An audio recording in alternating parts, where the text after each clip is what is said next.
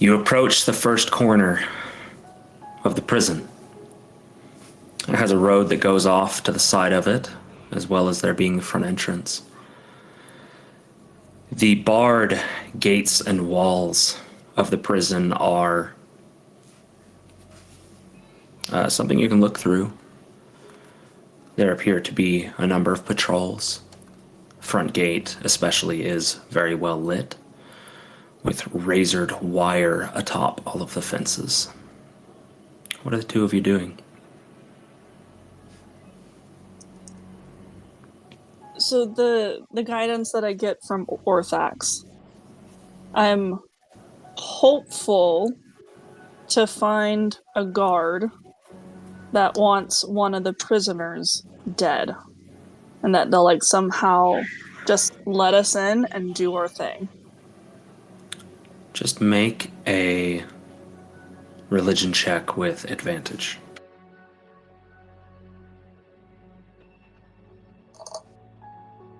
Ooh, 19. You know, you've been struggling lately to commune with Orthax, to reach out, to get direct guidance.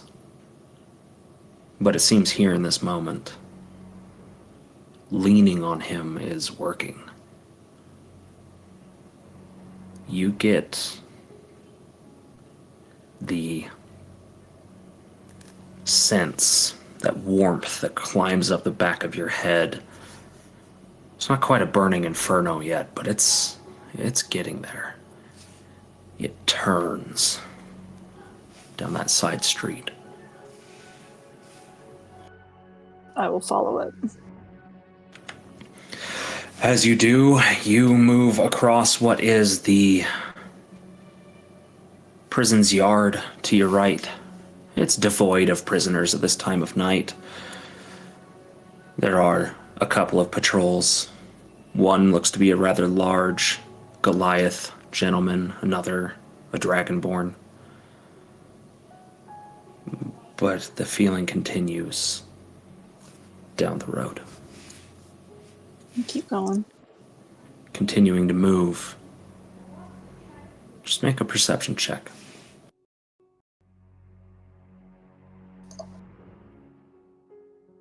19. When you're nearly to the point that you would be crossing around the back side of the prison, a hand reaches out. Small. Reaches out of the prison. And just kind of gestures for you to approach. I'll follow and approach. And as you do, you're locked on. You see inside a scarred face, gnomish man. An individual who looks like they may have spent the better part of a number of decades in this place.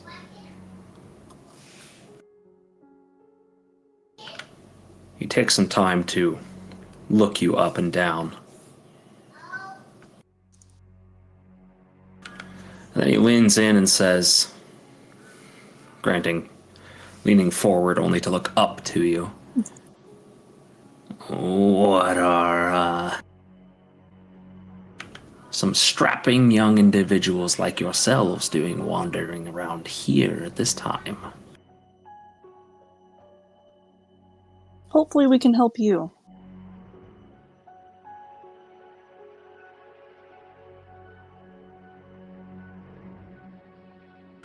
Help me?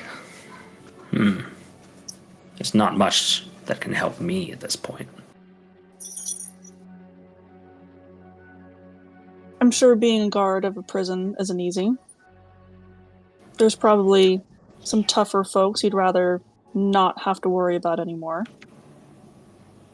Maybe I can take care of it. I'm no guard. I'm out here because I have connections. And I'm waiting for something specific. I was hoping it was from you, but it looks like that's not the case. You can still get rid of whatever problem you have. That's right. And how would you do that? Just tell me who you want dead and I gonna kill him. Make a persuasion check with advantage.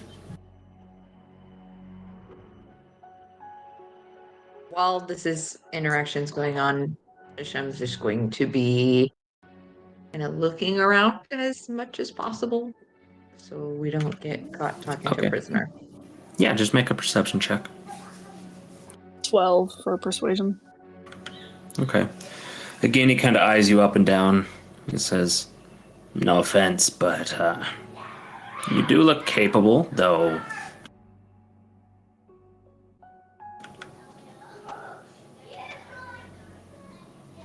How would you even get in? I'm sure one of the guards wants some people taken care of too.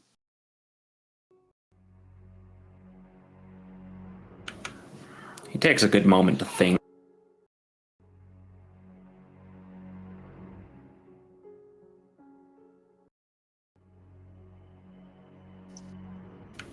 I tell you what. I'm waiting for a delivery.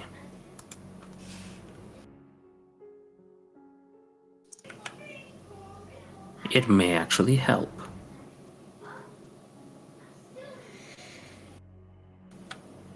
It should be here any moment now. I'd like you to make yourself unseen while I receive it, and then come speak again. Sure. Are we on the side of the prison that's close to the swamp? No. So, it is like east-west facing, or like it's, so the face of the prison is pointing south. The road on that south is what went to the swamp. You turned this way, so you're on the side that is furthest from the swamp. So then, what, if anything, is around to hide behind? There's a number of alleyways. There are a couple of carts. There's always the possibility of just creating some distance.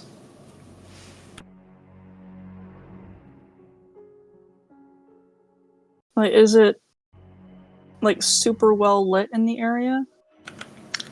Not particularly. And actually make a perception check.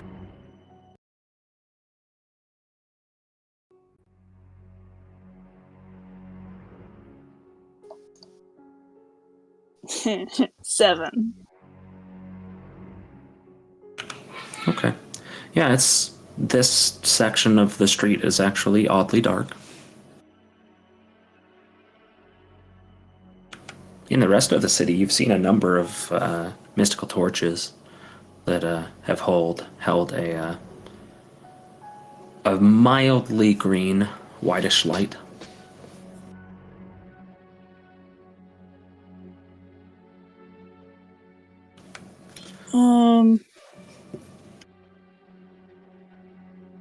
Zanesha will grab Sashem and then like guide the two of them just to a darker part of the alley. Like, I want to keep an eye on where the delivery is going to be. Like, so keep an eye on the gnome. Okay. But be in a darker area and like hopefully behind a cart so that like no one just walking by will just see them. Yeah, it's not particularly too difficult to find a number of places that would work for that. Let's just have both of you roll a stealth check to see how well you're able to hide yourselves. 18.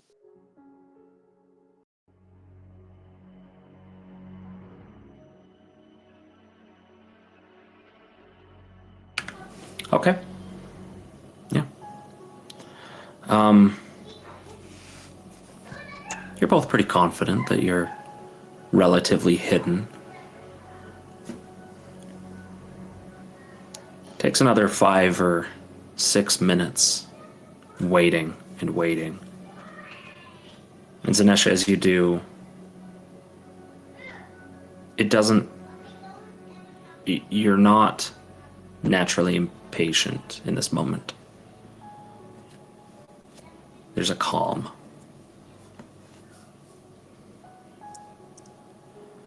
And then finally you see a cart coming down the road from the same main road that you had both traversed. Both of you make a perception check as it passes.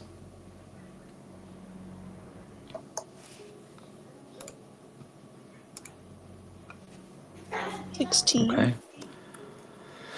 Zanesha, you see that an individual hooded steps down from the cart as it is passing that corner where you were speaking to this gnome and hands something through the bar. But Sashem,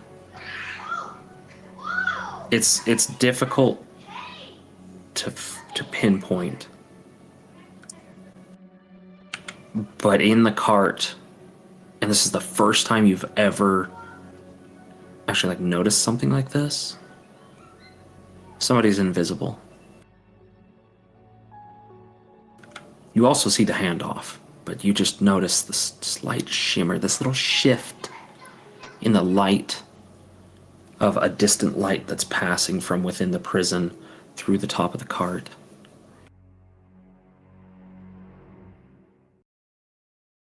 I'm just gonna touch Zenesha's arm or grab her arm. What?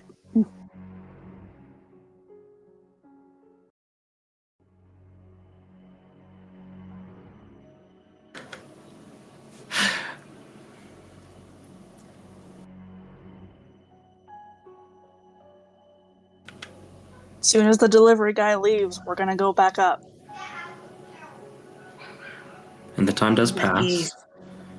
It's a relatively fast trade-off, if not for the vantage point that you're able to select, that you specifically wanted visibility. From basically any other perspective, it's likely no one would have seen what happened. The person jumped off before the cart reached it and jumped back on before it passed. But they make their way around the corner, they go across the back of the prison, and then you actually see them leave beyond the city wall.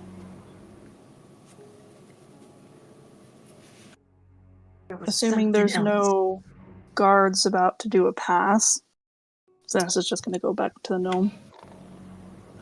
So because of those perception checks, I would say that you do see this gnomish individual is, if you imagine an interior building and then a fence that are probably only 3 feet apart, he's kind of in between these sections. He's really tucked away, and a patrol does go by inside the prison, a pair of guards that cross, but they're not outside this building in between the fence and the building. They're just kind of within a courtyard.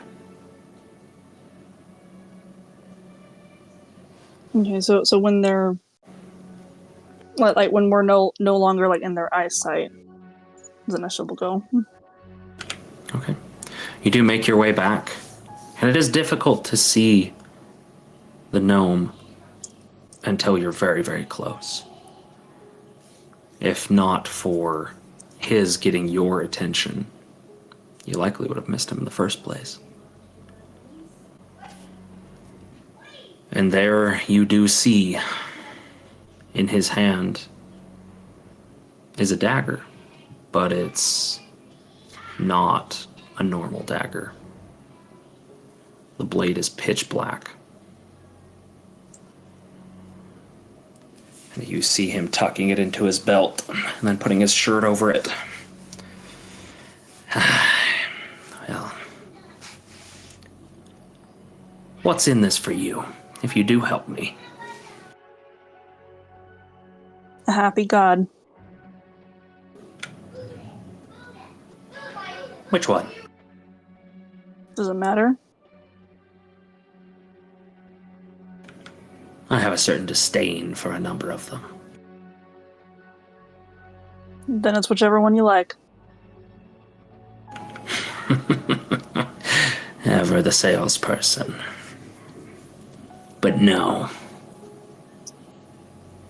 I need the name. There's power in a name.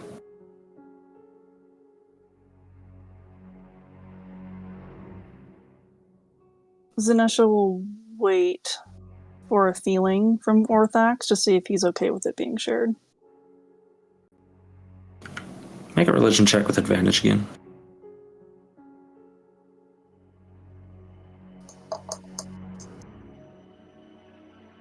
$17. The feeling doesn't change. Seems the path is still correct.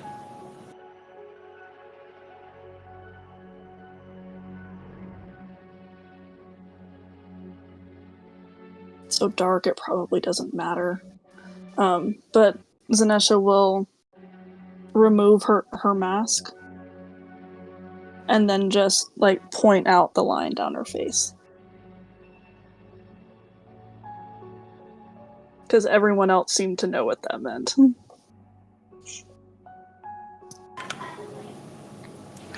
As you point this out, sorry, give me just a second. Is the line still on Zanesha's face? Mm-hmm. I thought that got okay. Well, so I had red tattoos, like in a Right. cross, and those got burned off. Those were gone. But Orthax gave me just a black line down the center of my face. Okay. I needed that clarification. So I was like, Yeah, it's there. Everyone can see it, so it's not like it's hidden. right. And it also got added to the mask as well, so it's there all the time. I forgot about it being added to the mask too. What that did the stupid thing. I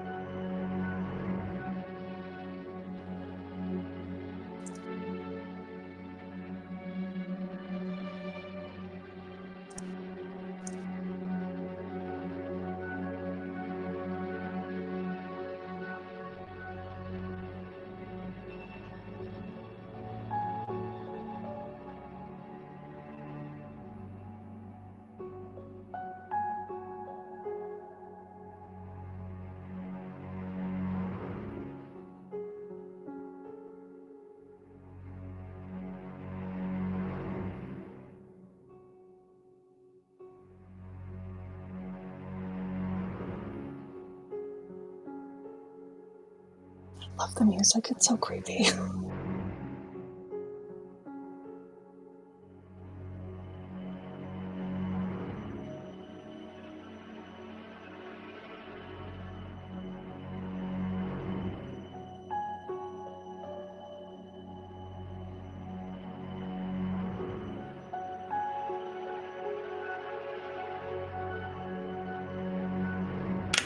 Apologies. You're good. Kid's going crazy. As you show this gnome the mark on your face, he says, I can see that you're marked. I believe you're in the service of a god, but I need a name. Otherwise, this does not happen.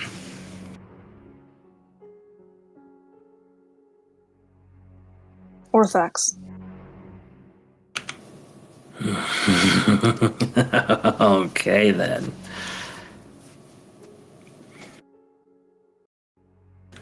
He reaches his hand back through the bar for a handshake. She'll shake it. And as you shake it, he grips you and says,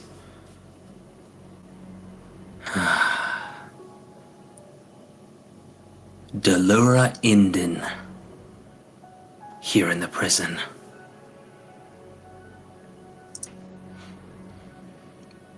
Which cell?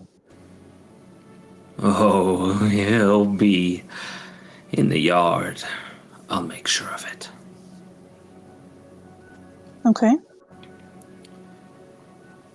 I will call in favors. You should pose as inspectors. Kind of gives you a knowing wink almost. Okay. When the commotion starts, find the human. The child of Marcus Indin.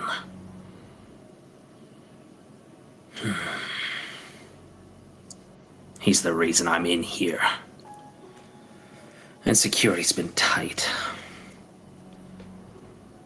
I got this delivery to do this myself, but if you truly are a champion of vengeance, well,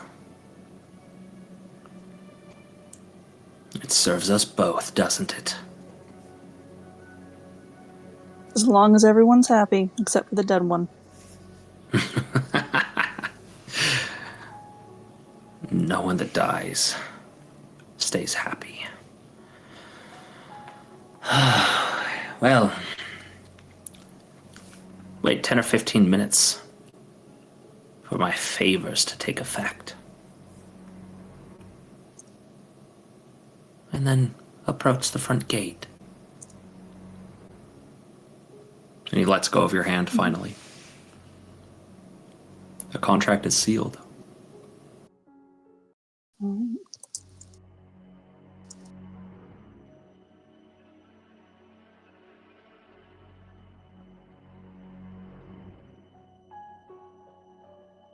So I'll, avoiding guards from at least seeing us like coming around the prison, like just start going towards the front, but won't go in yet. We'll wait the 10 to 15 minutes.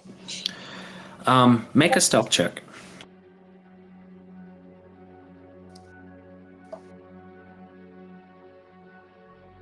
15. You as well, Sashem, if you are following.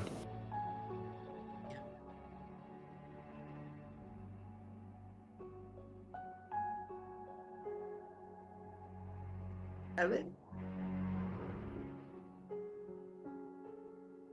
My plate armor doesn't help. No. No, and you definitely would be wearing it after working security at the banquet or the celebration. Zenesha, you feel relatively confident that you've slipped by undetected. Sashem,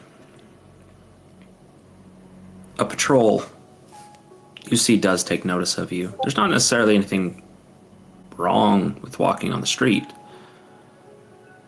but there is notice taken of you. They do pause in their patrol, kind of just watch you walk by, and then continue. They do so. I'm going to go and bow and then turn and walk away. Okay. Make a persuasion check with disadvantage.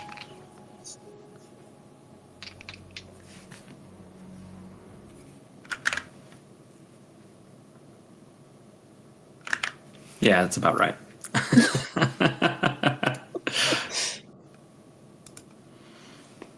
Okay.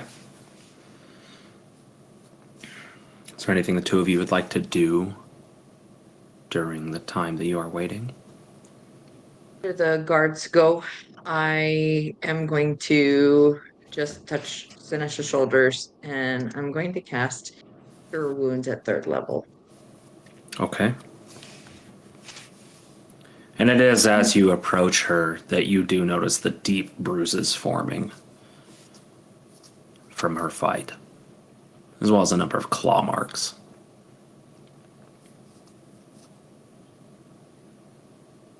Probably a broken nail or two. Probably.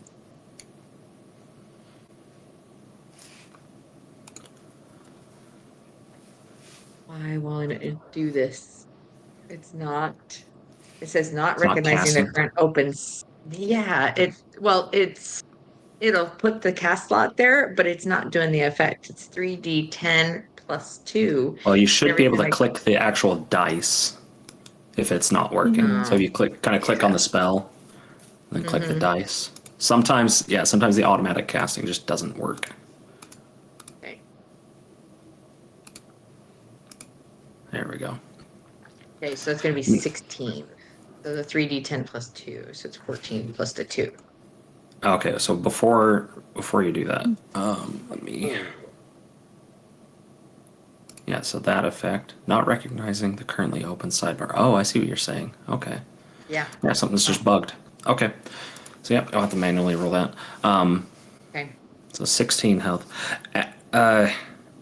Both of you notice this. Sashem, as the divine magic pours from you, it's not just the forge light.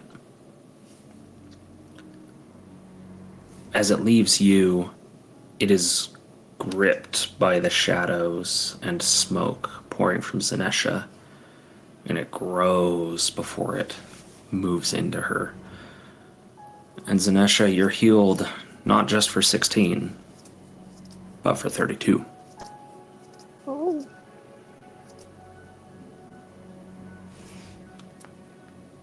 All right.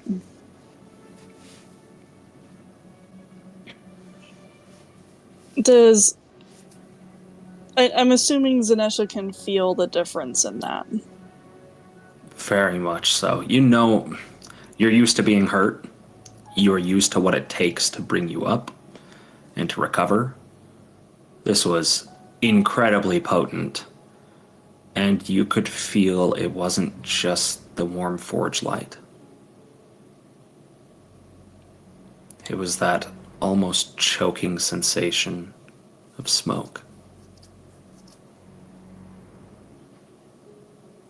Thanks. I needed that.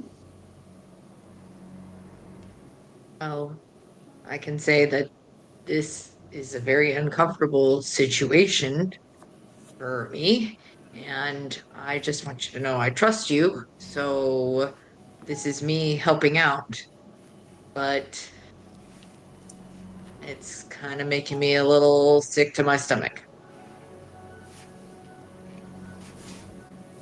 Do you not want to go any further? No. I'm not gonna wuss out. Big, strong, forge guy. Just a little queasy is all.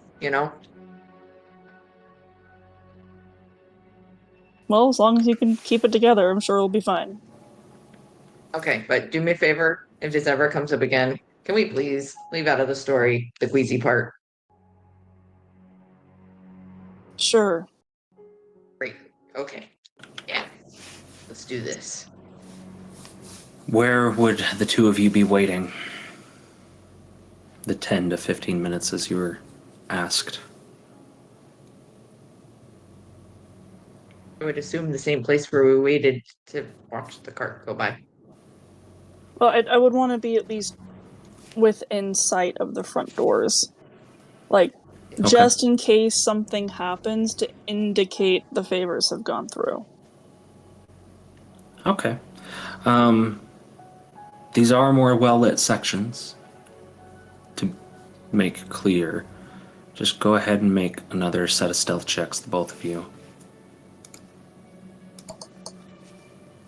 Hey, nat 20.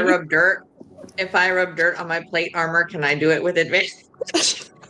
Rubbing dirt on it doesn't make it quiet. True. It was a joke. I was like,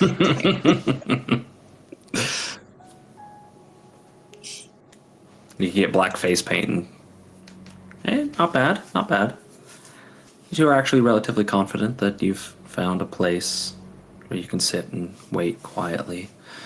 Zenesha, in these 10 to 15 minutes, first just roll a perception check to see what you notice.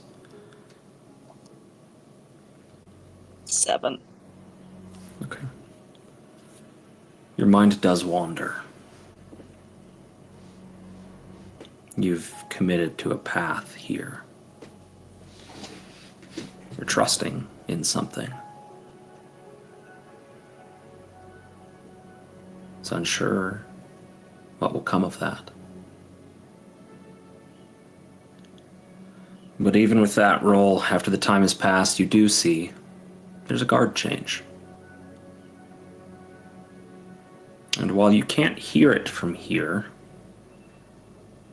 seems the guard that is stationed there that is being relieved is not particularly happy about it. That's all you can gather.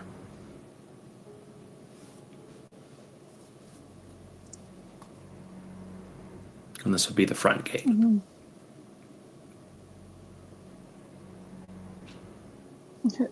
Any of the guards that are within sight, do I feel like, well, and other than the unhappy one, we'll leave him out of it, but, like, do I feel like I could make a pact with any of them? Make a religion check.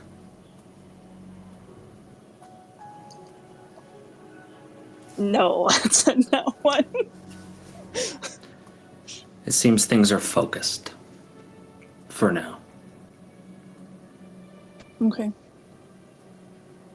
So after the guards that are leaving are actually gone, Zanesha will get up to approach the front doors. And Sashem, are you following? yeah, definitely.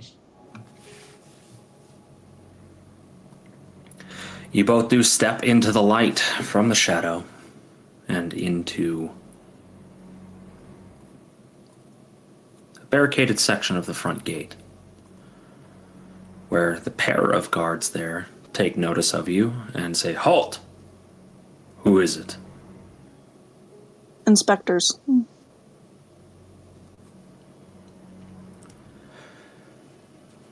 The one that is brand new to this post now kind of looks to both directions, hands something to the other guard, and then returns over to his corner. Kind of looks away. "Open the gate!" And you hear chains rattling, and a gate begins to rise.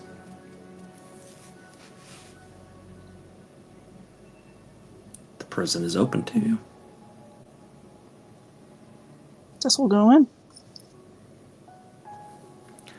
You do step in, and it is as you'd expect from a prison. Solid walls, small windows. The windows are barred. Razored wire abounds around you.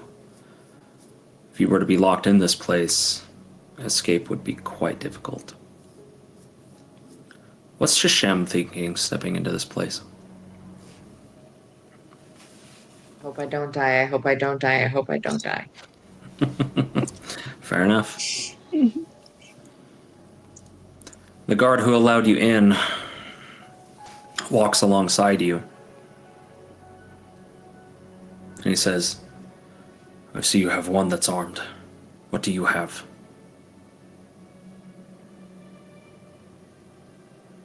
I mean, Yeah, Zenesha will, like, suddenly realize that she doesn't have her weapons on her. And then will remember the piece of agony. We'll stick her hand into the bag of holding to get that out. Okay. You reach your hand in and you think to the bag of holding for the object you want. You do pull it. And as you pull it, he kind of puts your hand kind of down to your side, like presses it down. Yes, keep it ready. First come to the offices and we'll discuss. She'll follow. Leading you into the prison where a number of airlock-style double doors are traversed. One opens, you enter a space. It closes behind you.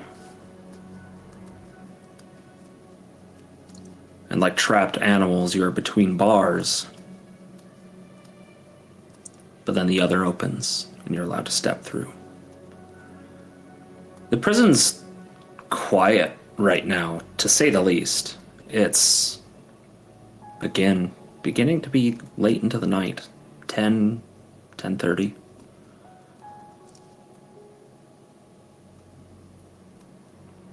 Turn to the left. And a small sign says administrative offices. Where one of the first ones, this guard, swings it open and steps inside. And kind of leans out and ushers the two of you in. I'll go in. Okay.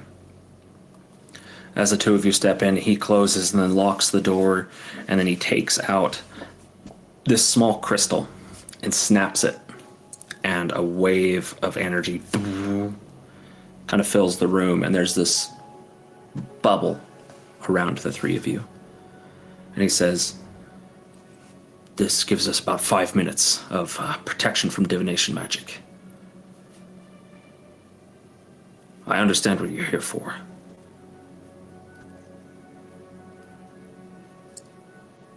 Are you interested in more? Always.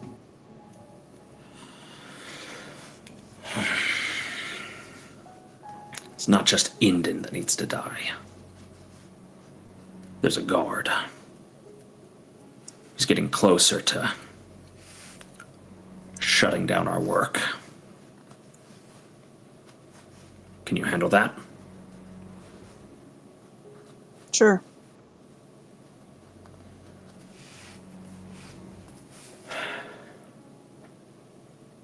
The broker's going to start a riot. I think he just got a delivery of something that will help him. I don't know exactly what it is. That guard is the gold-scaled dragonborn that would be one of the first to respond to it. He's the only one of his kind here.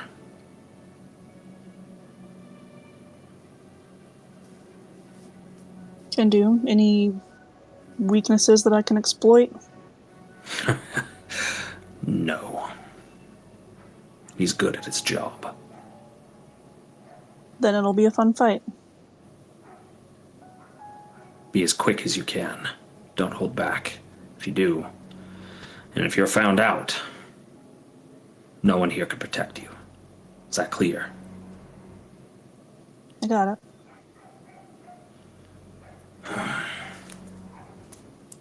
Here, take this. And he hands you just a simple dagger. Okay. Thanks. And Sashem, are you carrying any other weapons? No, I wouldn't have thought I needed them. So and the only reason I carry my rapier is because it's pretty. I mean, it's useful, but it's pretty too. So It's pretty.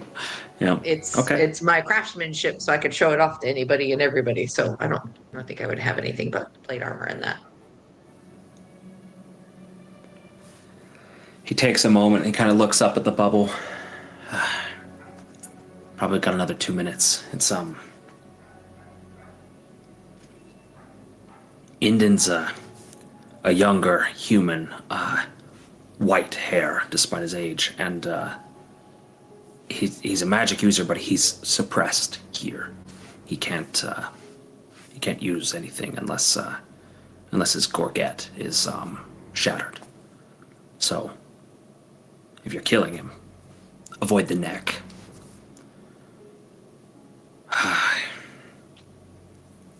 But the Dragonborn, he's a powerful fighter. You may need to quickly convince a number of the rioting prisoners to help. Shouldn't be too hard. It sounds like he could be hated. Goody two-shoes would be the term.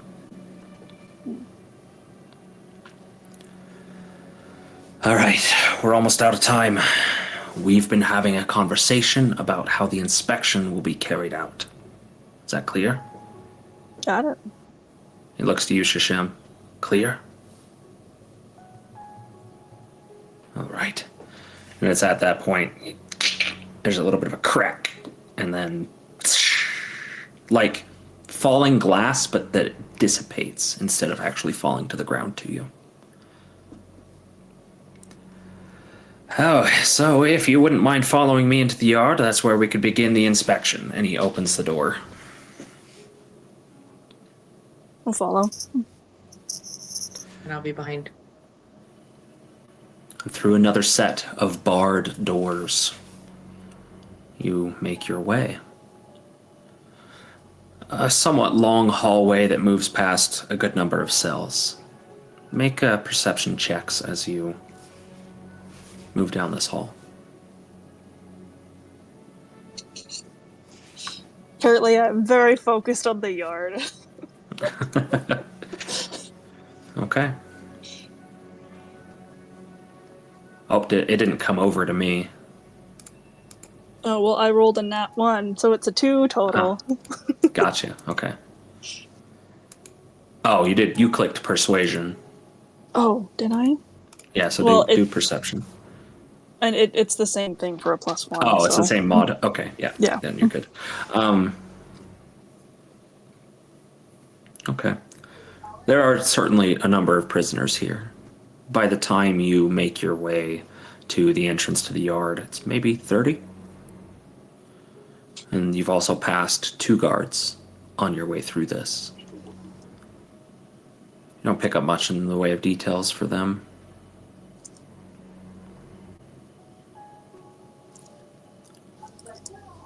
Zenesha, this second assignment has not been pacted.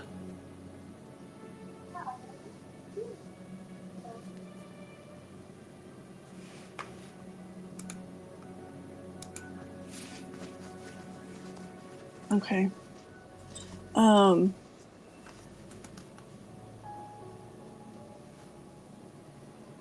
Okay, I just have an idea for when we get to the final door. Okay. And you do reach it in short time. He knocks on it. The other guard on the other side of the bars turns around and... who are these people? They're inspectors.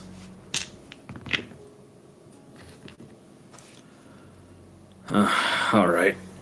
I hate this shit. And he unlocks the door, and it swings open. And there the yard is, in front of you all.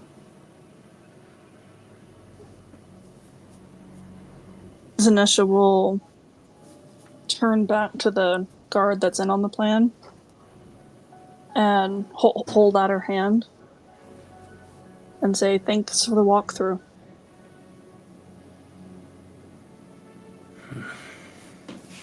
He does reach his hand out and connects. And a little bit of smoke crawls over and then comes back to you. It is done.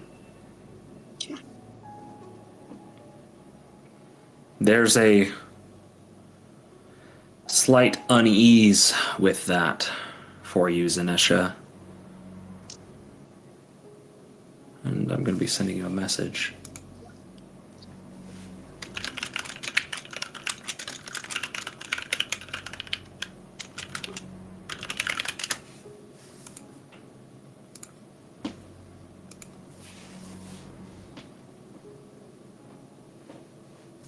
Okay.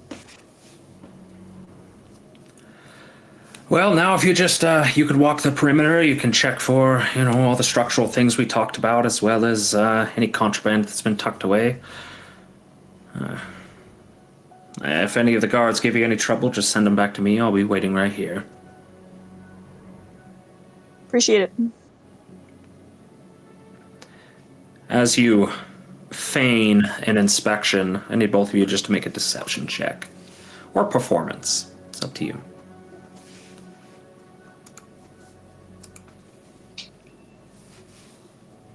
Could I do performance because I'm intentionally looking for shivs? If you're actually looking, then you can do investigation. Oh. Okay, well, that one rolled. My investigation's 3. Okay. So, we'll kind of put them together, we'll say. Mm-hmm. Sashem, you make a good show of someone who's actually checking things out. And it's interesting because it's as you go looking around, your eyes are drawn to the iron. And it's like, that rivet's actually getting a little bit loose. And, you're actually making an inspection. So it's not even pretend. Up to you if you want to report any of that to the authorities when you're done with this. But you do take note of a number of things that could actually be shored up. It's not a large yard, but with Zenesha, you fruitlessly, though intentionally looking for actual contraband, and Sashem taking real note of things, you spend a good 10 minutes in the yard. But then there starts to be a commotion back in the cells. You just hear... For that. What was that? As I go through the inspection, can I try and cast mending and hit like one of the points just to see if I can fix it as I go? Based on the effect of mending, absolutely. Like it'll just draw it together. If a band is falling off, it'll kind of draw up I just into want it. to cast it a couple of times. I'm concerned after the conversation that Okay. I'm not going to be able to use magic, and so it's kind of a double duty. Like it's annoying that it's broken, but it's also, can I cast magic just in case? I don't know what's going on. Okay. No, and it does work. You do know, so you were told that the individual you were targeting was a magic user, and that he was suppressed. But you've nearly come back to the entrance to the yard, and the commotion is getting a little bit louder. There's bars being shaken, guards clanging at them with their batons, saying, "Hey, shut up in there!" And it's at this point you do notice that there are not only just the column of cells that you came through, but also another pair of cell columns perpendicular to that, and one in line with it. There are 4 blocks linked to the yard. The one that's making noise is the one you came through. So there's only one that looks like it's going to come out? It's hard to say. The time is passing. Is there a table or a bench of some sort that I could stand on to get a higher vantage point and look at all of the entryways? Now the yard is relatively open, and from any point you can see all of the entry points. It's just a square.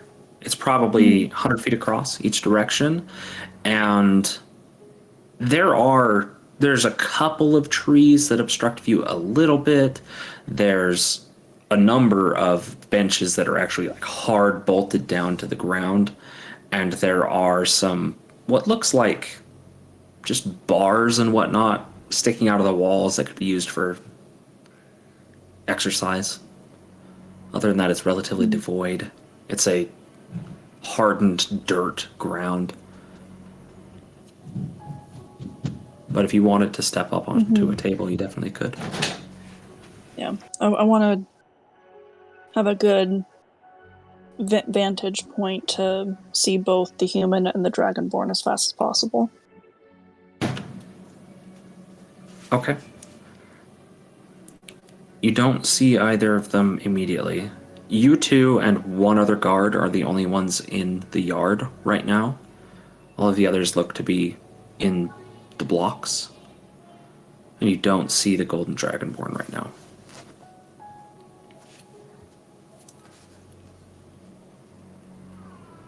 Commotion dies down in that one cell block.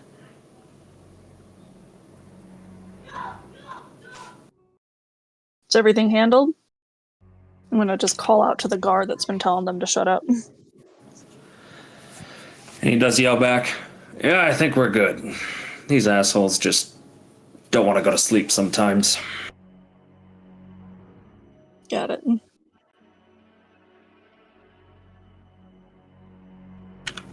Be right back for a second.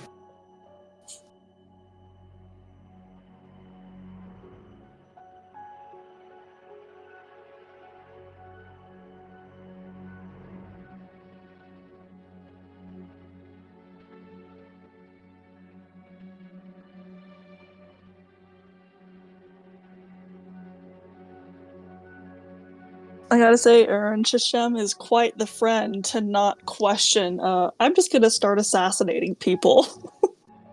It's more the fact that Shem feels wicked guilty at this point in time and is now freaked out of his mind. So it's kind of like I started going with this. Now I don't want to, but it's too late. Like suck it Too up late and now.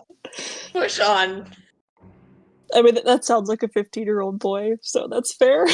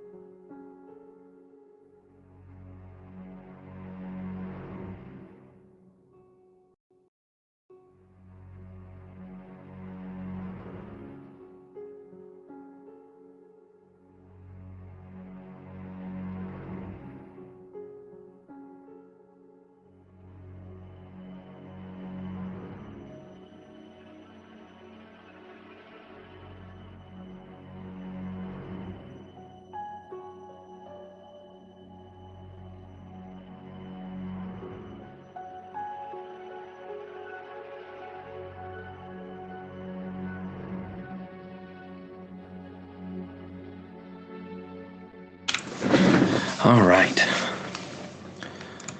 School nights pose a unique challenge. Always. At the point that you complete your, at this level, actual investigation and inspection of the yard, Sashem, you having fixed about 40 defects, a number of which looked like they were intentionally done and not just natural deterioration. Whether someone struck a file against a bar once or twice every day for years and years, or peeled away a piece of banding to potentially be able to yank it off and use it to harm someone, all that's been corrected. Now, mending doesn't necessarily fix corrosion, so much of the natural wear and tear of the elements is not fixed. But a small solace that perhaps those that deserve to be here will be stuck a little bit longer, thanks to you. It is about the time that you are going to turn to re-enter the hallway that you just came through, that you hear a sound you don't quite recognize.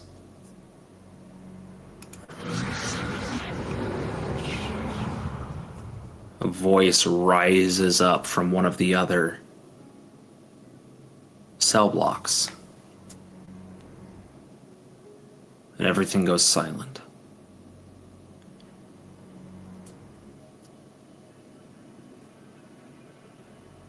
And then a number of doors.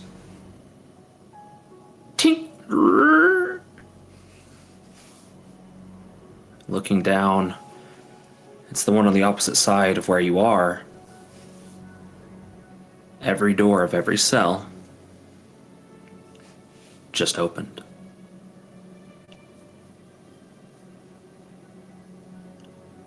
And at first, nothing happens. And then you see a head poke out. And then another. And then they look at each other. And they slam their doors open.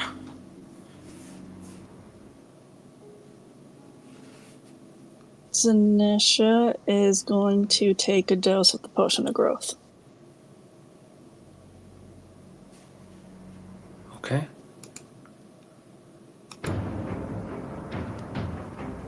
Prisoners begin pouring from their cells, rushing out into the yard. And you grow to twice your size. The shard of agony in your hand. Is the dagger in the other, or your fist? Just my fist for now. Wait. Okay. No, she's gonna hold the dagger. She's gonna do it. Okay.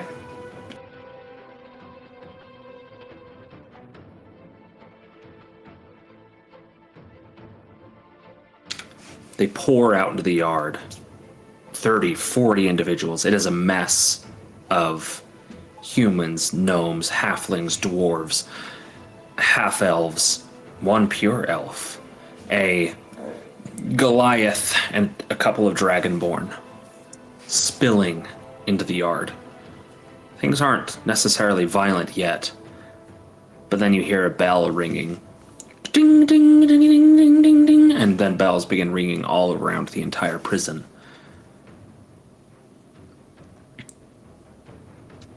What do you guys do?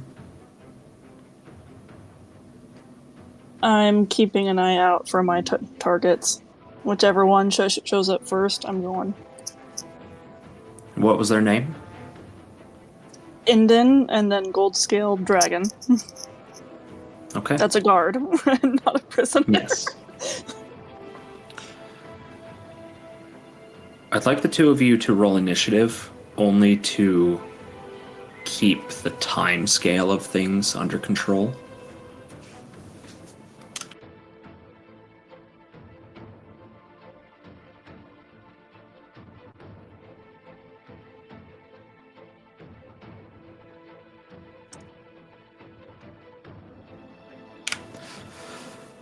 And then perception checks from the both of you. Sashem, are you helping to look for the targets? Yes, That's but funny. Sashem remembered something that the guy said about trying to get others in on it. And so he's also going to try and look for easily swayed prisoners that are strong Okay. and stupid. So let's have you, instead of that perception check, let's make it insight. So it's a 17 plus your insight. What's your insight mod? 5. 5. Okay. Plus 5, yeah. Huh. So Zenesha, at first you don't see him. It takes about 15 seconds when most of the other prisoners have flowed from their block, finally, he steps through. And he's there with a mildly glowing, like almost ruby encrusted gorget around his neck. And he's just looking around slowly. Sashem, gauging somebody's ability to be influenced is a challenge, to say the least. But you see a number of people who look murderous.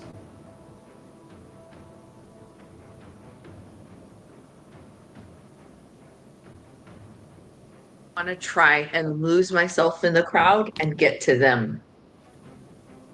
You're going to step into the crowd? Yeah.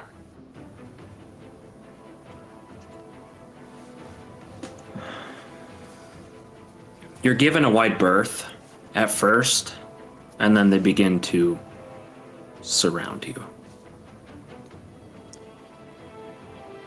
10 or 11 people. Zenesha, you see this happening as Sashem has stepped away from you.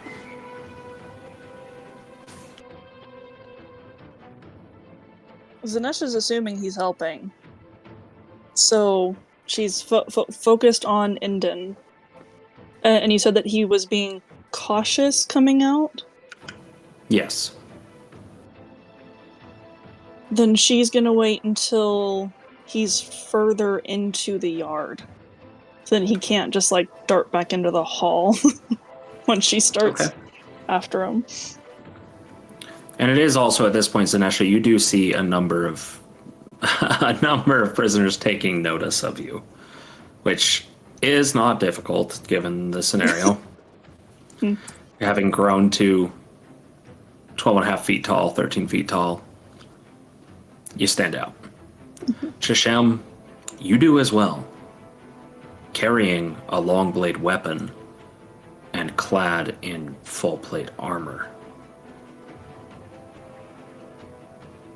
At this point, you're not being allowed to continue to walk further, and you are surrounded by 10 or 15 prisoners of all different types and sizes, ages, and gender. They're just eyeing you up and down. What do you do? I'm going to pull my rapier and then, in a low voice to hopefully stay in that group, ask where the golden scaled dragonborn is. Make a persuasion or intimidation check.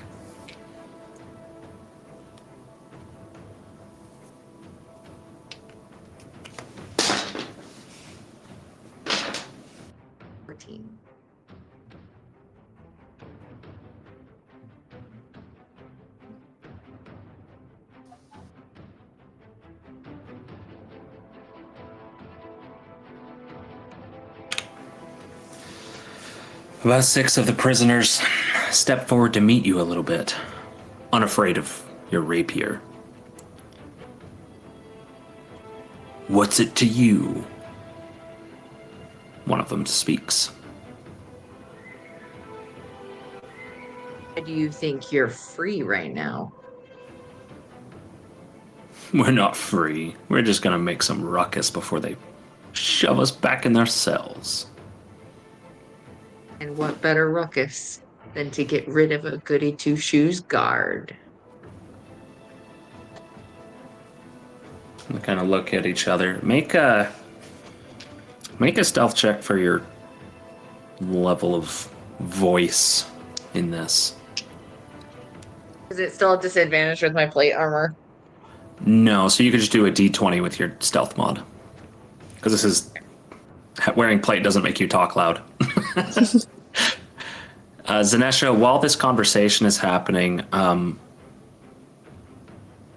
in the back, someone has approached him and is beginning to inspect the gorget around his neck. How close are they to the door? They're still at the door.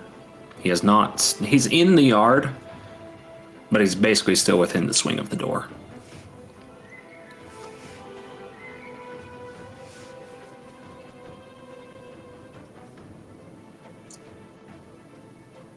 Person Zenesha inspecting his is board. yeah. Sorry, go ahead. Sorry, she's gonna walk towards them slowly, like she's just meandering with everyone else.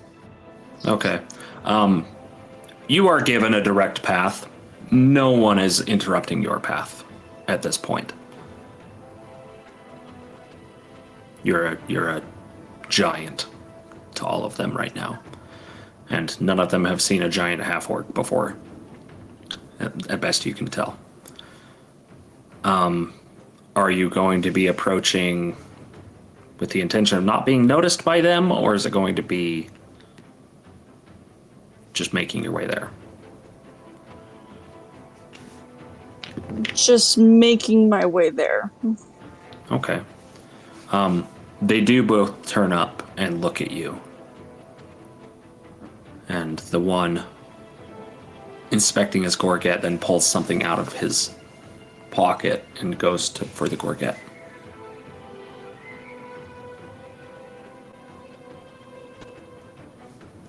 Zanesha's gonna say, "I can help with that," and hold up the piece of agony, and just see if either of them react first. Make a persuasion check with advantage.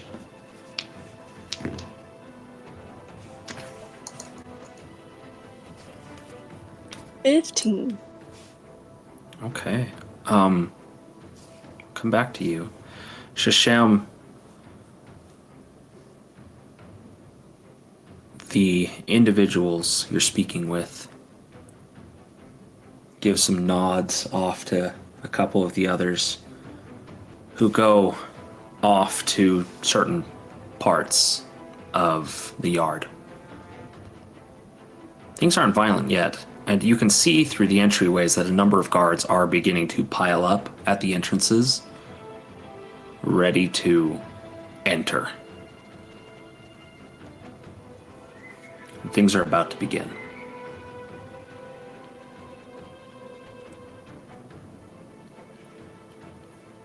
What else are you doing, Sashem?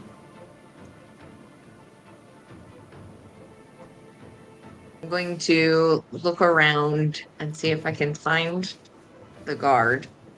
And if I can't, I'm going to try and make it to Inden if I know where he is. Okay. Considering Zenesha is almost to Inden, it's not too hard to find the eye line and spot him.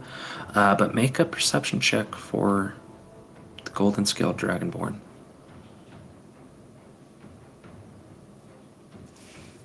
17.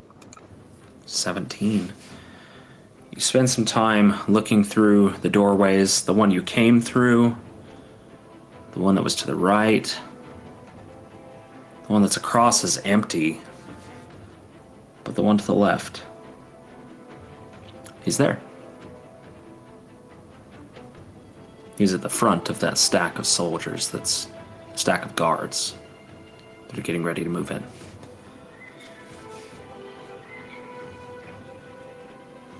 Before I move, I'm going to ask the group around me, what's your choice? That's where he's coming in.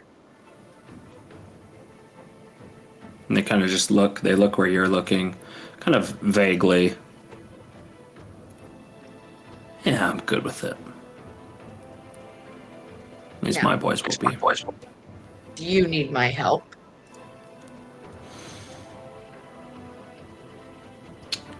I imagine you don't want to sully your hands, right? Problem with it?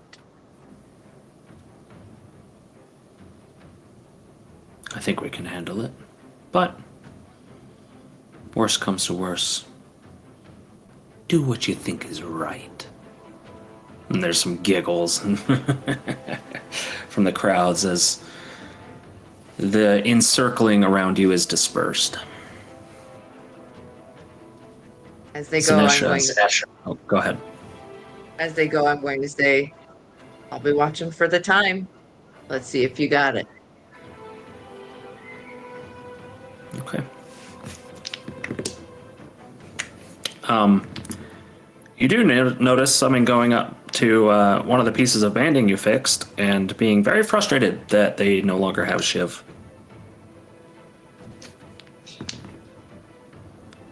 But a couple of the others that walk away do find objects. One under a rock, one in a gutter. Some things are being found. Zenesha, you approach your target. And as you offered help producing the Shard of Agony,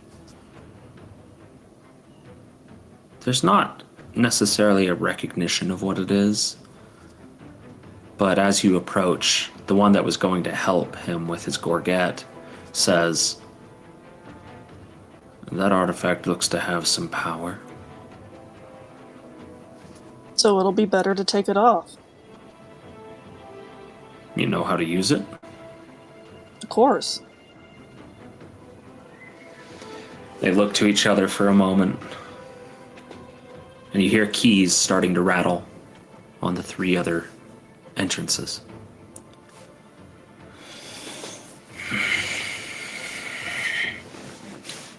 You think this will work? It's hard to say. This is strong magic.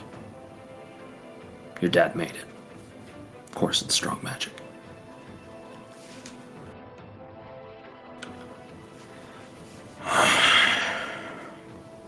He steps forward to you and raises his chin. Zanesha will, just gently maneuver them both so that she is between Indon and the door.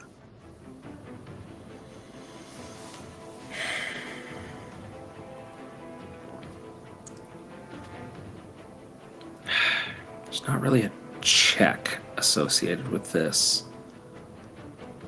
except maybe deception.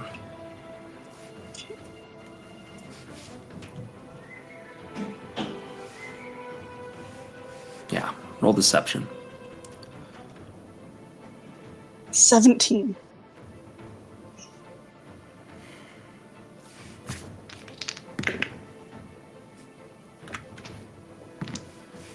You're able to. You step between them, and it seems their natural inclination to give you space, given your size, allows you to step through. And then you turn back around, and Indon is there in front of you. Right, so she will come up slowly at first with the point of the hook towards the neck. But then at last second, she's gonna snap it and try and dig it straight into his eye. His eye? Mm-hmm. Okay. Now it is also expanded given your size. Mm-hmm. This thing is about 6 inches long at your current scale. Granted, a quarter of that is held with you. The only way you've really been able to figure out how to handle it is kind of pinching this shard in your thumb grip. Now, given that he was submitting to you, this counts as surprise and is an automatic critical hit. Yay. I need you to roll 3d8. Okay. And then plus your strength mod. But the 3d8 will be doubled.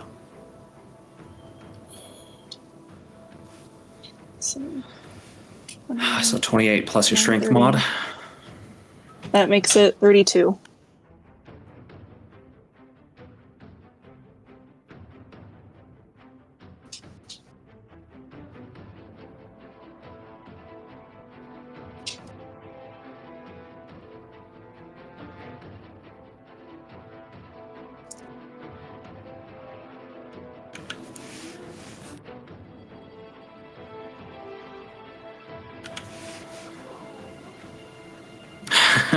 What transpires is gruesome.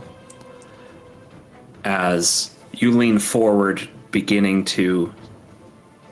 Actually, not just leaning, you literally have to kneel and gesture that you're going for the gorget, and then grabbing his head and jamming it into his eye. There's just a frozen moment where he is stuck.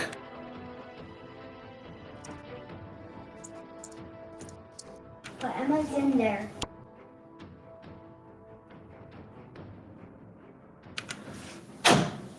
Where he is stuck in the eye and seems dumbfounded at what's happened. The shock of it is preventing him from experiencing any pain. And the doors swing open.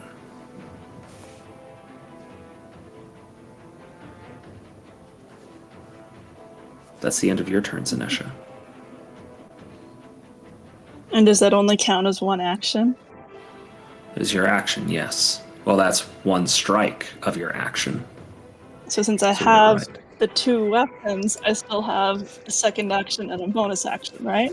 You have a second strike with the agony shard, and then an offhand strike. So I'd like to, like with the dagger, try and get him right in the gut.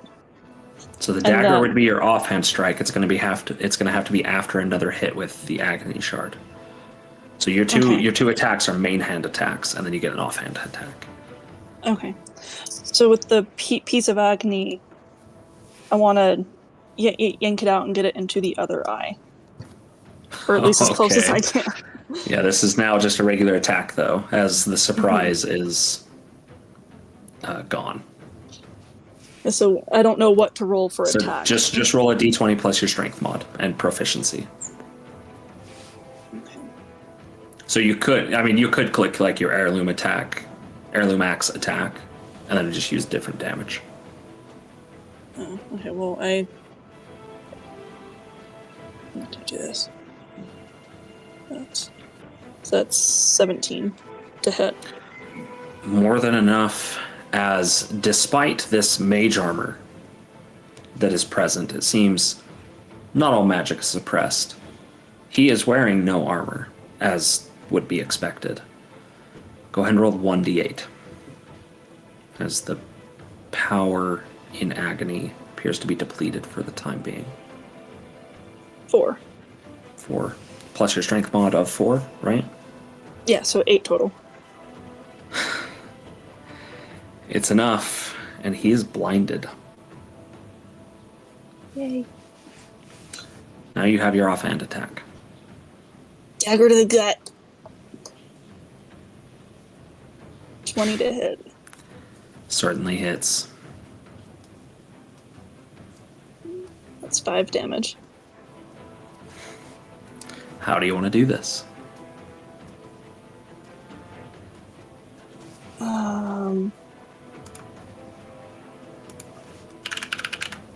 My gosh, what was it that the guard called the gnome? It was broker, right? Yes, it was the broker. So as she's digging the dagger into Inden's gut, she's gonna lean in and whisper, "The broker sends his regards."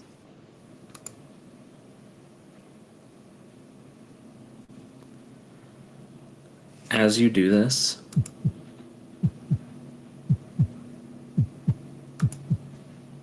time slows for a moment for you.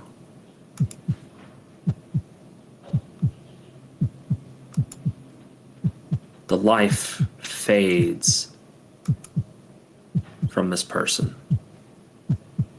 And you've never really paid attention to what happens to these people that you kill. But you can feel distinctly this time. The soul is ripped from the body and pulled into agony. Guards begin pouring in from the other 3 entrances. Are you using your movement?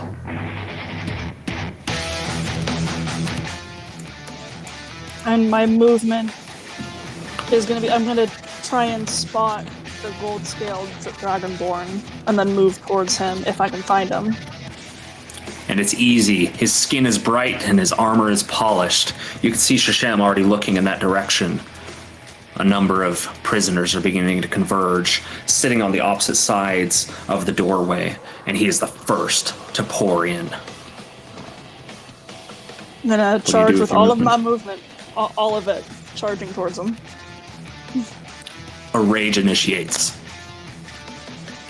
Okay. Sashem, it's your turn.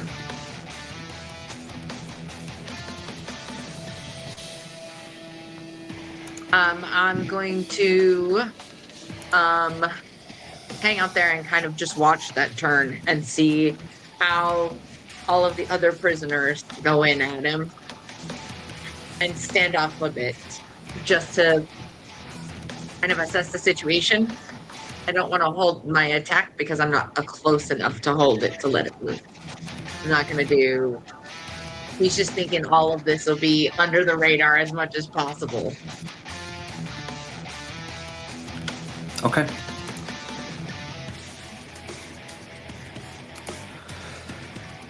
There is going to be a number of things I have to roll on my end because there's a lot going on.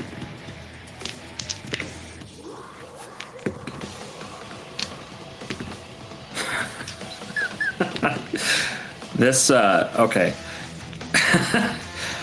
This golden dragonborn, he comes out with a large tower shield and a rather gnarly looking club. It's not thorned or barbed by any means, but he swings up and crack, and one prisoner goes flying back and lands on their back, fully unconscious.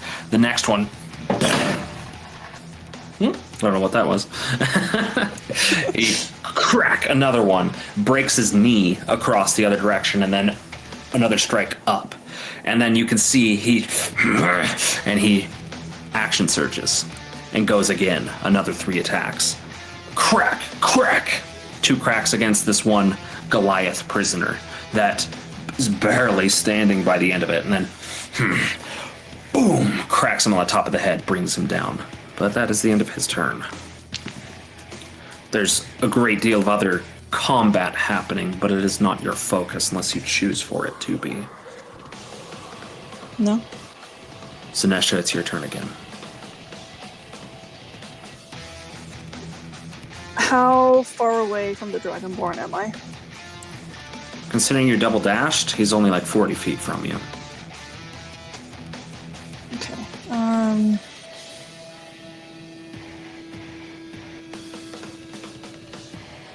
I know that both my hands are full right now, but like, would it be possible for me to momentarily have each weapon in one hand so that I can drink the haste potion? They just wouldn't be usable. So, I mean, anytime we talk about using a potion, it's like, it's assuming that you're doing whatever you would need to do with your hands. So, you're fine. Mm-hmm. Okay. So, I want to drink the haste potion. Okay.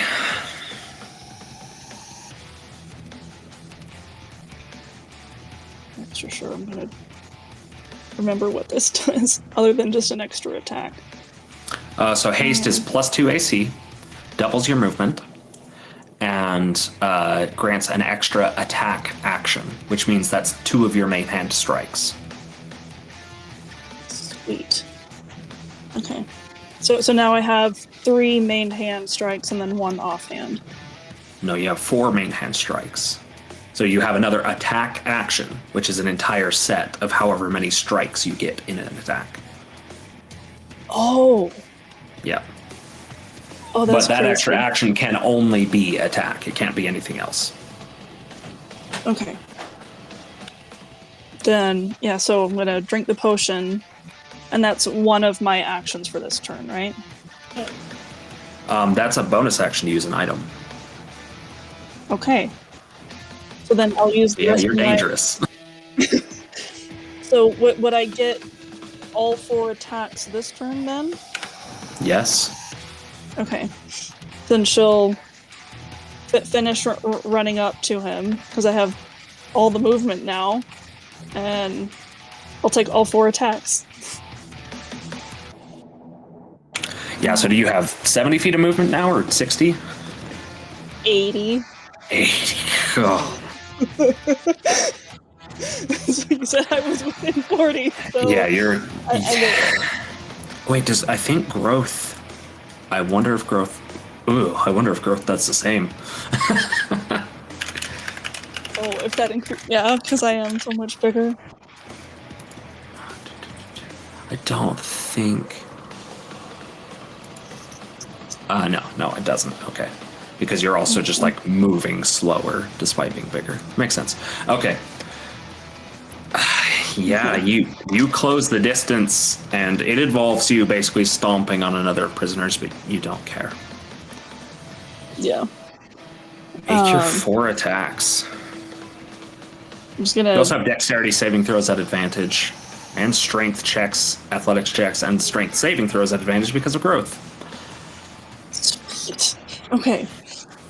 I'm just gonna roll it as the dagger because it'll be faster that way. Yeah, that's fine. 1, And then, yeah, this is 4 strike. 2, 3. So 18, 23, 20, and 8. So the 8 misses, but all 3 of the others hit. Go ahead and roll damage. It's just 1d8 plus your strength mod for each. Okay, so I'll roll them all at once. And then this would be plus 12. Yeah, so 8 plus 12, 20. 20 points of damage. Describe how this flurry of attacks happens as this giant Zenesha.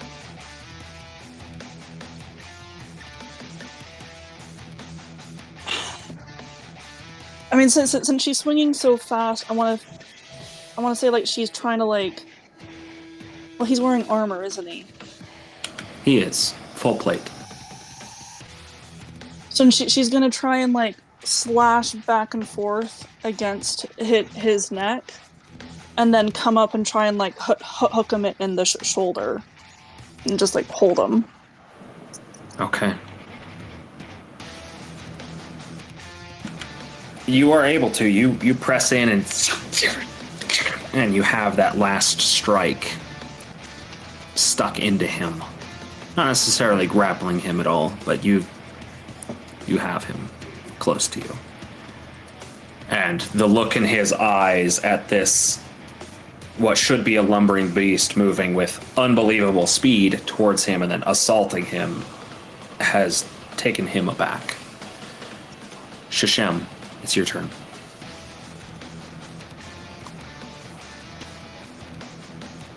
How are the rest of the prisoners? Are there any of the 6 left going after him? It looks like there's 3 of them, and they are positioning now to go into him, but there are also soldiers pouring in behind him, guards pouring in behind him. With the guards, are any going towards Zenesha? Yes. It's this giant creature that has assaulted one of their guards. She's going to be targeted. Okay, so what I'm going to do is I am going to head towards the guard that's closest to Zenesha and cast Daring Smite. And then I am going to strike at him with my rapier. So at the the only one that's close to Zanesha right now is the Golden Dragonborn. Is that who you're targeting? Yeah, I'm going to go for him first. And then after that, I'll turn and face the others. Okay. Yeah, go ahead and make your attack against him. You can't roll with advantage because you wouldn't be able to position yourself that way in the chaos, but okay. Yeah, you go for a strike and it just kind of swings by. The blur of Zenesha's movement is really distracting, and she's taking up a lot of space. So it's a little difficult to get in on him. But is that all you'll be doing? Yeah, I'm just gonna kind of tuck myself since I went in to swipe him, but she's kind of all over him. I'm gonna kind of like tuck in behind her until another guard comes out and kind of be her back guard, if that makes sense. You know, be behind her to see who's coming. And yeah. Okay, yeah. It is as you turn around, you see those other two sections, a large number of guards, especially from the main alleyway, the main hallway, pouring in. And they are quickly sweeping through the prisoners.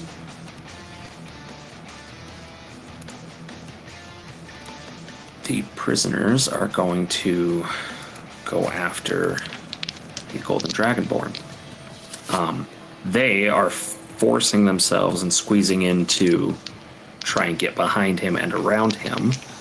There are 3 of them left. So that's 1, 2, 3. Only one of them is able to pierce the armor with a small shiv. It's just kind of in the, kind of like the lower back kidney area. You just hear this little slip in, and the Dragonborn. But it is now his turn, as well as all of the other guards who are approaching at this point. Whew.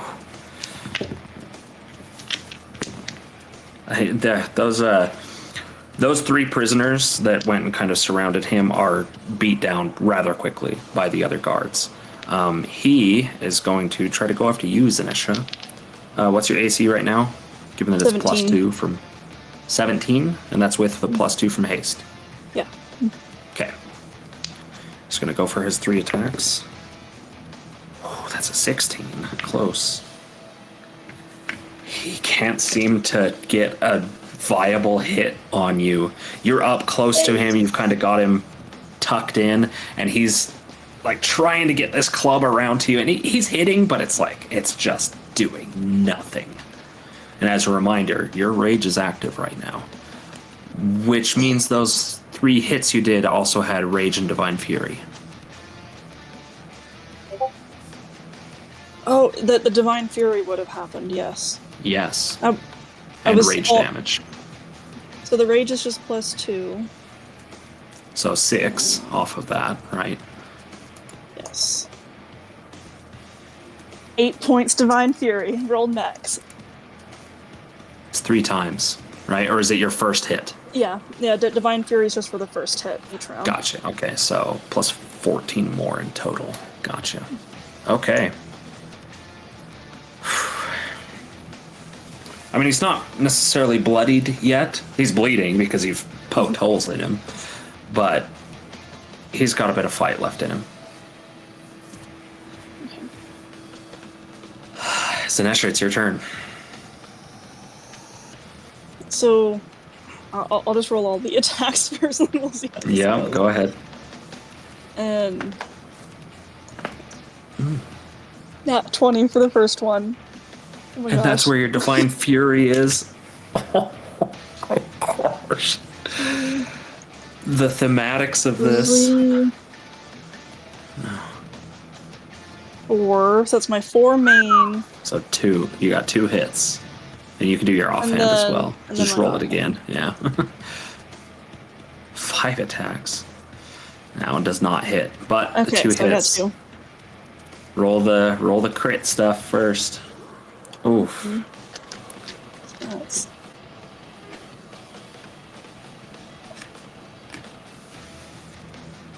4, 8, 12, 13, 14. 14 plus double of divine fury. Yeah, so 14, and then So 26. 2. Or no, 22. Yeah, so 22, 23, 24, 25, 26 total for the crit. Okay, so 26 total for the crit. And this... So describe like where you strike him with this. Well, the last attack before, I was saying I was just digging the hook into his shoulder. Uh-huh. And my honest to goodness plan from the beginning is that I was wanting to, like, dig it and drag it to try and make it harder for him to use that arm at all. Oh, okay. So I was really lucky you, I rolled a crit for that. so you're in like the backside of his shoulder, and when you draw this forward, a billow of smoke pours out of your wrist cuff, and you yes, and his arm drops to the ground. Yeah. The shield drops to the ground, lowering his AC. And then I Roll the still have damage for the other- second attack. Yeah.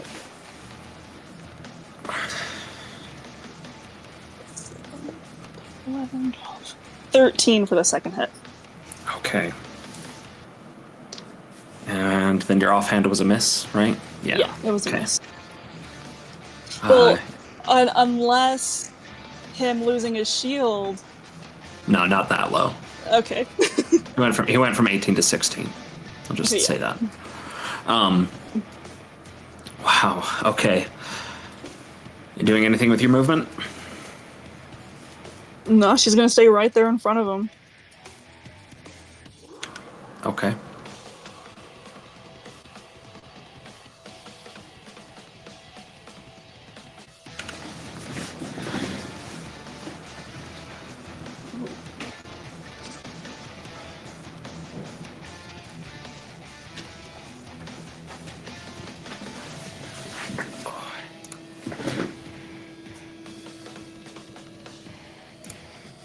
Yeah, Sashem, it's your turn. Okay, so she's got that in hand. I'm not worried about that. I need to know what's going on with the other guards. Are they advancing on her, or are they on our side? Like, Yeah, so best you can tell, every few seconds, they're just getting closer. It'd be really hard to judge how long it's going to take, but they're pressing in. Some prisoners are just submitting, surrendering, cowering in a corner. Some are fighting until they're knocked unconscious. But with want every this to end. round... What was that? I want this to end. So I'm going to swoop around her, like playing around her the other way.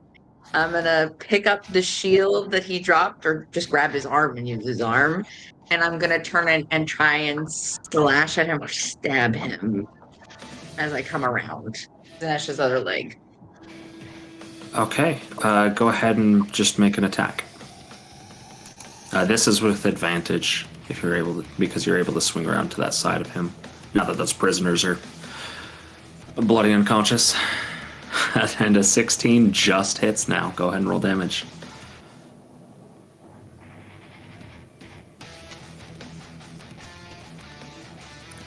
Okay, you were able to. Wait, hang on. I also have the damage from my Searing Smite. Oh, that's right. Yep, go ahead and roll that too. Which my spell slots are not working properly, so that's 1d6. Yeah, we'll have to see what's going on with that another time.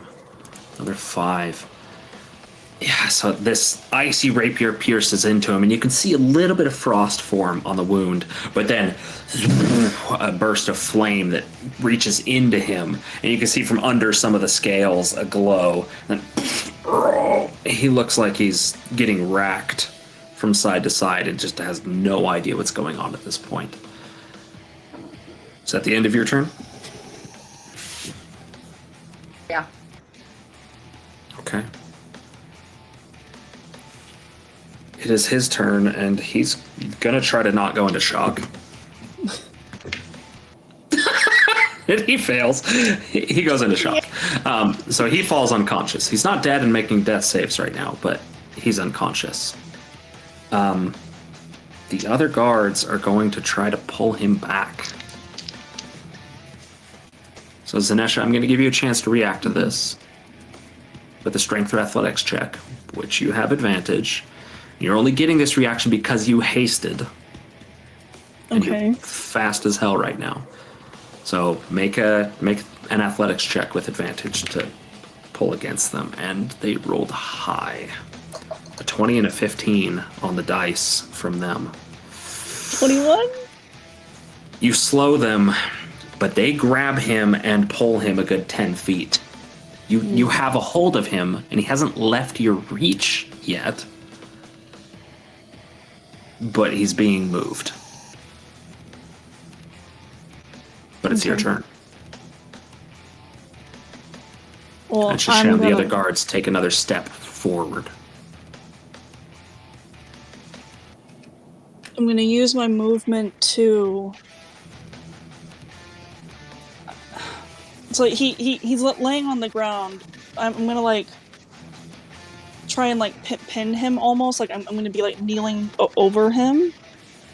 And I'm going to try so hard just to slash his throat. So that's the goal of every attack that I do. So, he's incapacitated right now. Mm-hmm. Which makes attacks automatic critical hits. You have 4 main hand attacks. Yeah. So roll the damages.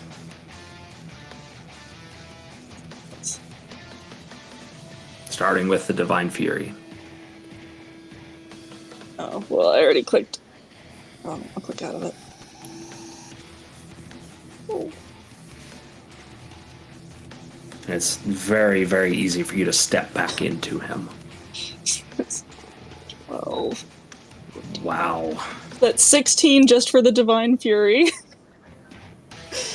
And then 48. 2, 3, 4.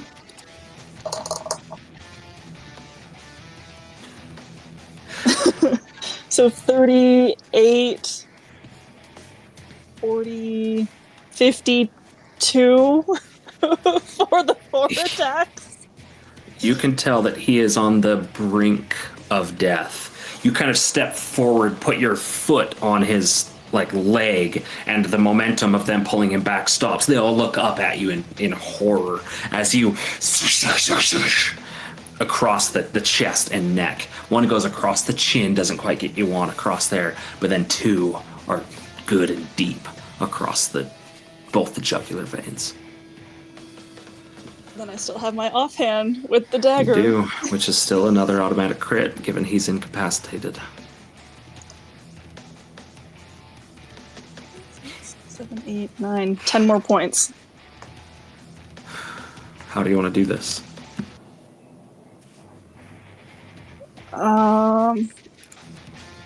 But hopefully I can lop off his whole head. And she's gonna look up at all the guards that were trying to save him and just say, "Who do you want dead next?"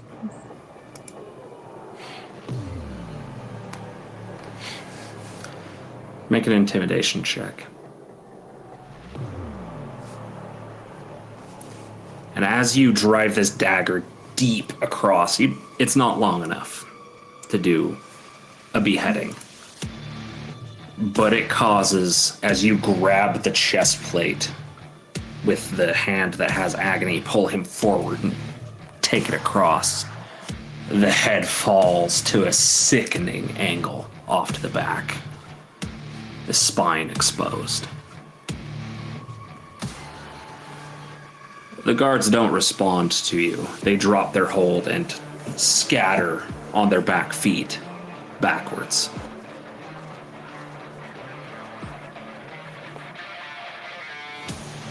Then she's going to look at the crowd and try and figure out, just based on the fights that are going on, are there 2 prisoners that are fighting each other? And, maybe she can try and make a pact with one of them. Make a perception check. I don't know, 6?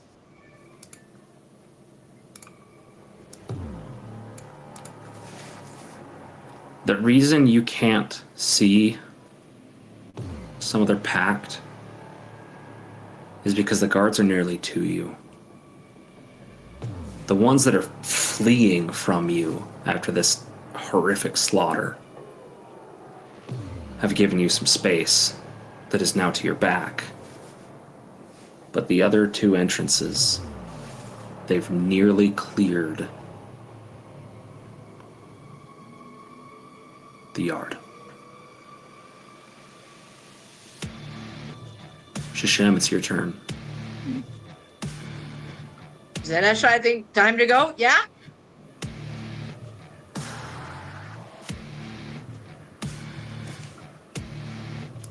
Do I get the sense from Orthax that our job is actually done here? Or does he want me to pursue more? Make a religion check.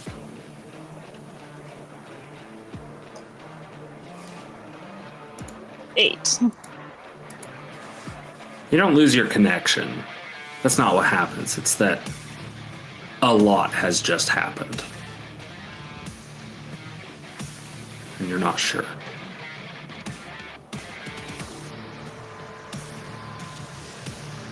But Sashem, what are you doing on your turn? I'm going to hold my action until the guards get towards us. And what action will that be? Just slashing with the rapier. I still have Searing Smite going. And I'm Okay. just waiting to kind of get a gist of Zenesha and what's going on, but I'm also going to defend her. Okay. It's now the guard's turn. And the remainder of the prisoners, though they are quickly subdued.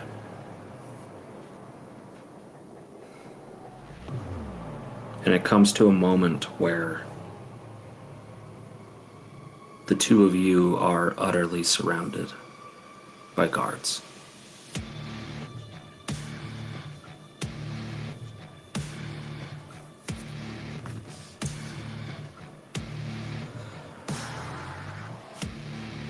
Going to exit initiative at this point. But it will depend on your actions as to what happens next.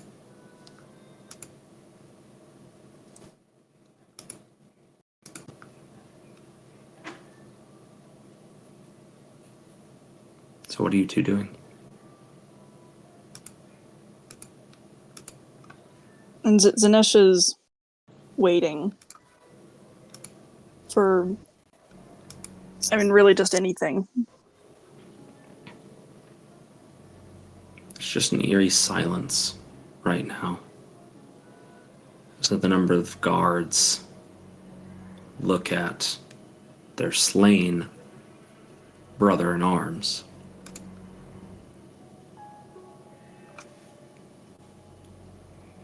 And look at the blood dripping from your hands, Zenesha. And again, you feel it's at this moment that soul comes to your weapon.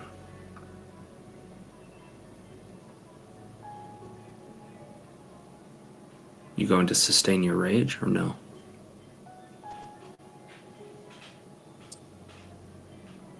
For a maximum of 2 rounds worth. Okay. Remember that out of combat, it's minute based. So if you're out of combat and you're sustaining a rage, you can sustain it for a minute per use. Then so 2 minutes. Okay. At a maximum.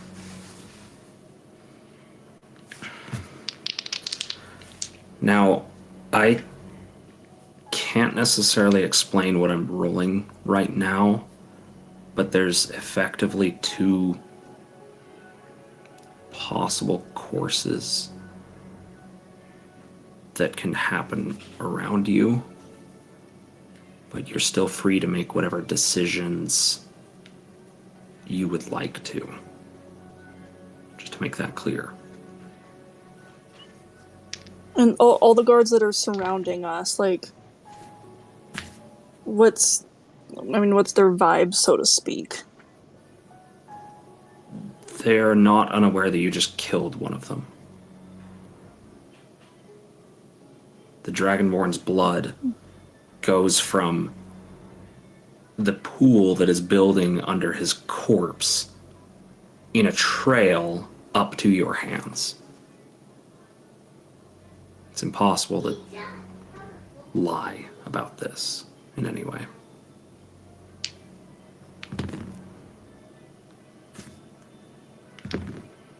Probably about 16 guards at this point.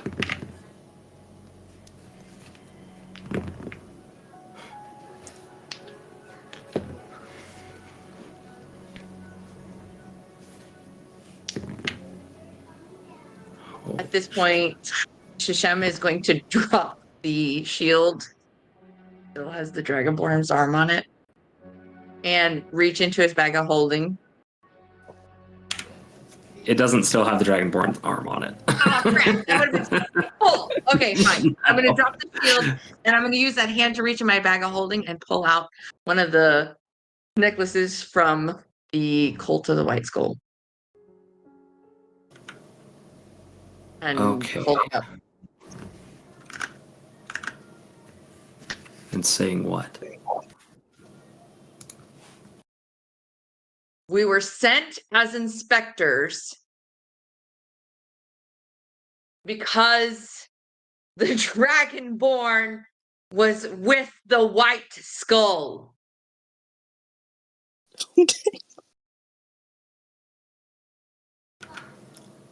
I fucking said it was impossible to lie about this, but then you...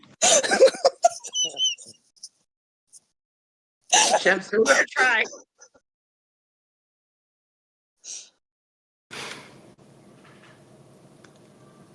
I can't understate how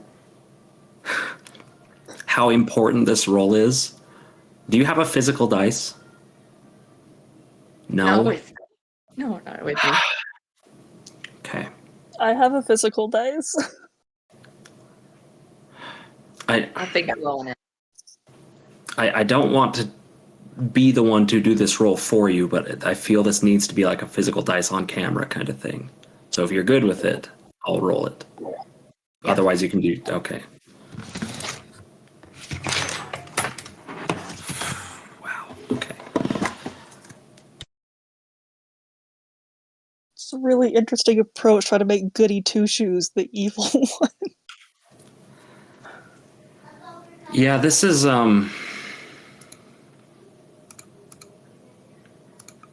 Here we go. This is quite literal. Shishem's thought process is like, they don't know the Cult of the White Skull yet. Like, Podunk Town, sure, they've got riches and stuff, but they don't know what happened. All right.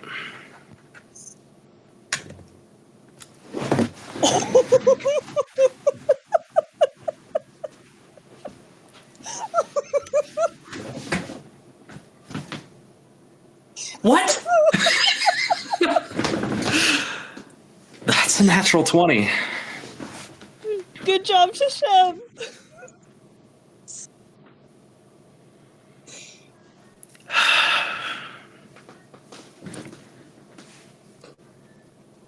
Having been allowed into the gate under the pretense of being inspectors, and Sashem, the guards having watched you repair weaknesses in the bars and the rivets and the banding around the yard, having watched Zenesha attempt to look for contraband, though horrifically failing at it, there is such a wave of confusion among all of the guards.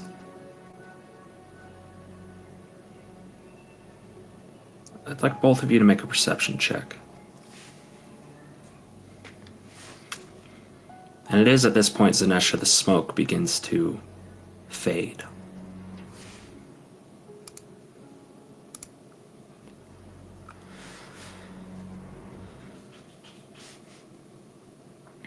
Okay.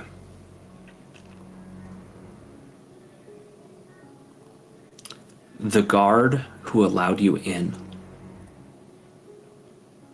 steps forward, looks at the Dragonborn. Sashem, you see just that small creep in of a smile that he quickly controls. And he says, "It's true.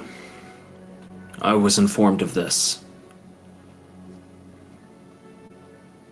There's murmuring among the guards. But those cultists, they haven't been involved in it, and there's just like discourse happening.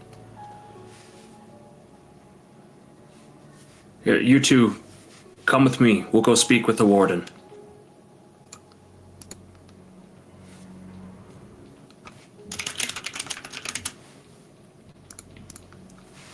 So are we following the guard that was in on it from the beginning? If you'd like to. So like, and he's the same one that called us to talk to the warden, right? Yes. Okay.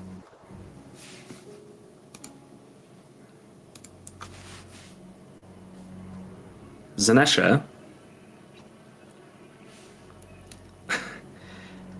as you move away from the crowd, haste ends, and all of your muscles seize, and you fall to the side for a few seconds. Which all of the crowd is kind of like shocked at. You hear a number of swords drawing again with confusion. They say, "What happened to her? Did someone hit her? What happened? What is this?" And then your muscles loosen up. Sleep. You stand. No worries. After effect of a potion. And a couple of them are like, "Oh, yes, yeah, of course. They seem to be able to believe anything at this point.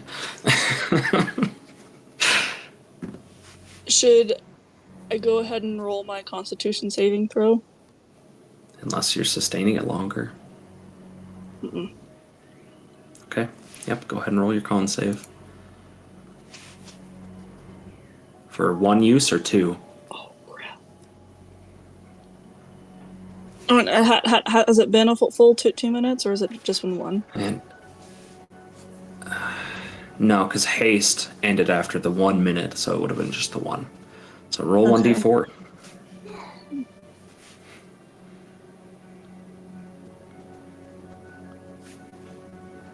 So that's just one exhaustion. Yep, 1 point of exhaustion that would fade after an hour. Okay.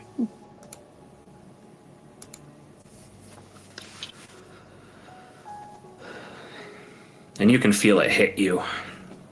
Not anywhere near as bad as that sensation as the first time when your entire body was just racked with like a tormenting spasms that kept you from walking straight. This is manageable.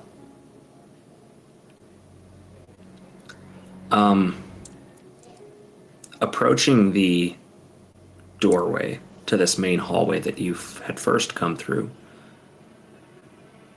you don't fit. At least not easily.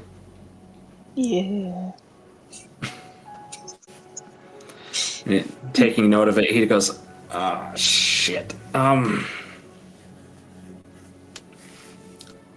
Well," and another guard comes forward from the group. They are a guard, you can tell by the garb, but they're in more of like an armored robe. He says, "Inspector, if you don't mind, I could dispel this for you." Sure. And he,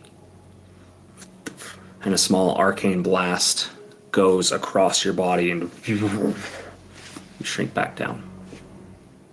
Appreciate it. And a good amount of the blood drops as if whatever was holding it is no longer there.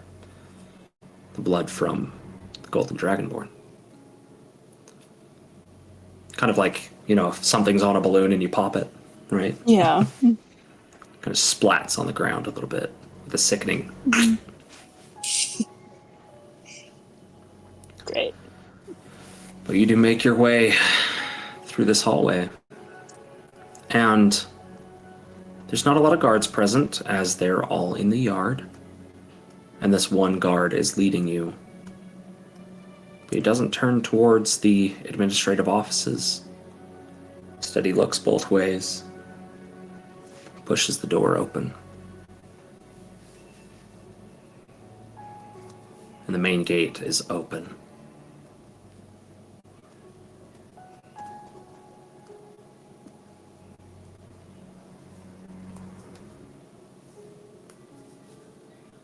Do the two of you leave?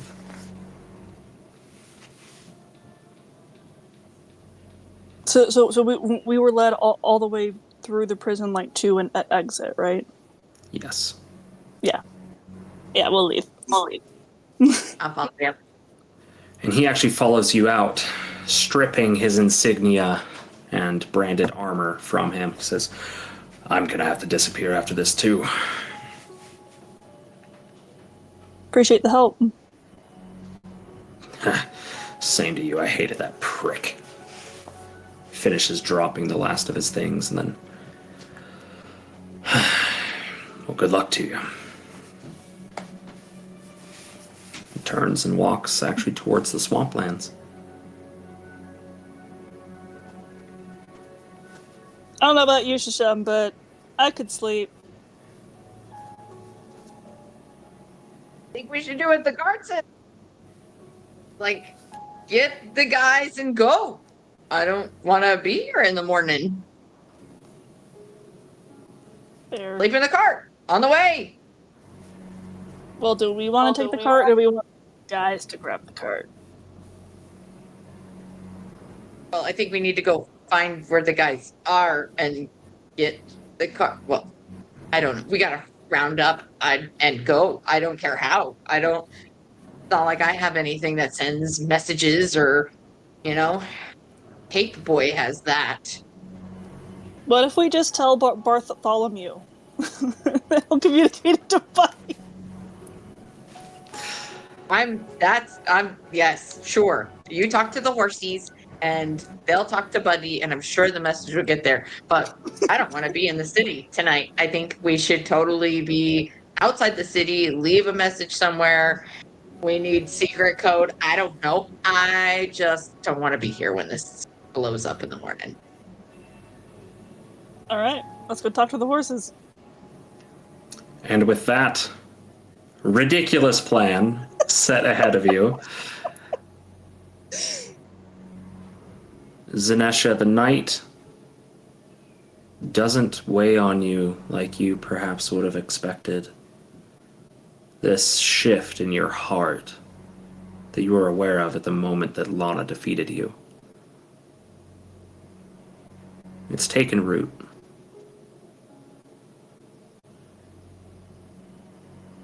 And before, when you've completed contracts, you experienced that sense of euphoria, almost. And it's there, but dull. A little bitter. But there's almost this longing for more of it. A deeper need. Almost like an addiction. And that's where we're going to end tonight's session. Thank you, Austin.